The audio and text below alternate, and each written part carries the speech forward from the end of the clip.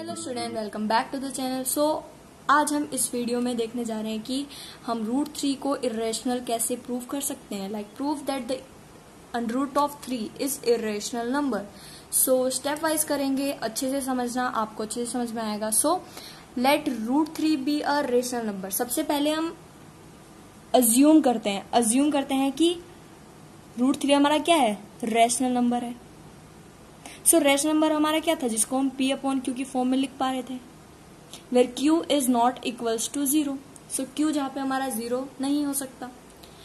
सो अगर हम इसको P अपॉन Q की फॉर्म में, ये कह दिया हमने कि ये रेशनल नंबर है हमारा रूट 3, तो इसको हम लिख सकते हैं P अपॉन Q की फॉर्म में। तो हमने लिख दिया root 3 is equals to P by Q।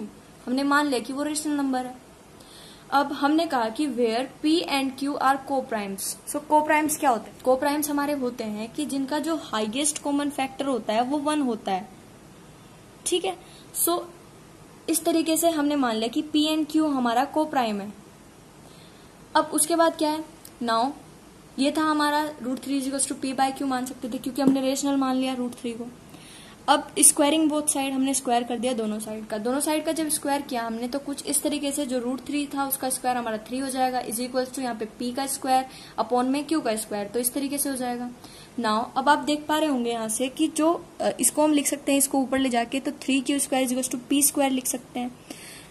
सो जब हम इस तरीके से लिखेंगे Q square is equals to P square upon में 3, तो आप देख पा रहे हैं कि ये P स्क्वायर को डिवाइड कर रहा है 3।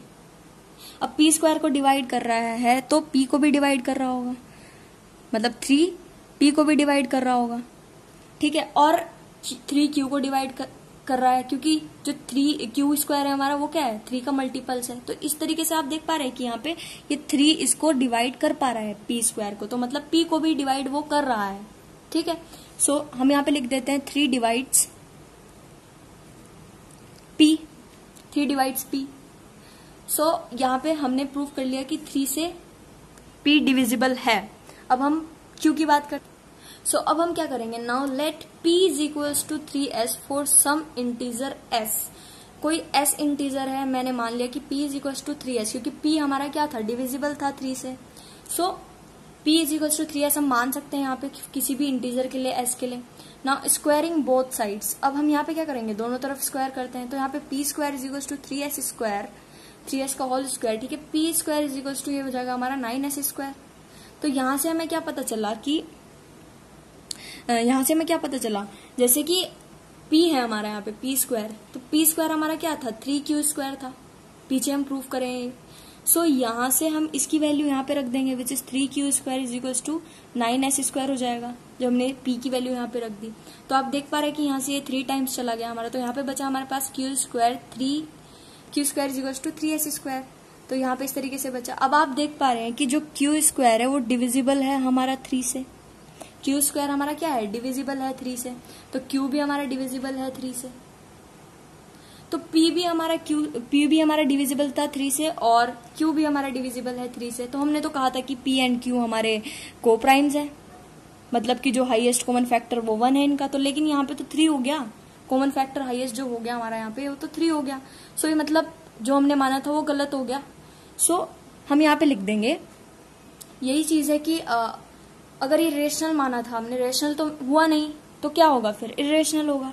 सो हम लिख देंगे कि जो हाईएस्ट कॉमन फैक्टर है दोनों का, the highest common factor HCF is 3। So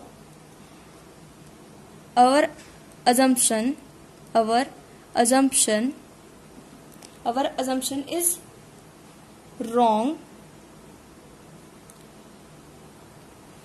Root 3 is not a rational number. तो जो हमारा रूट 3 है वो रेशनल नंबर नहीं है। अगर रेशनल नंबर नहीं है तो रूट 3 क्या है, रूट 3 इज एन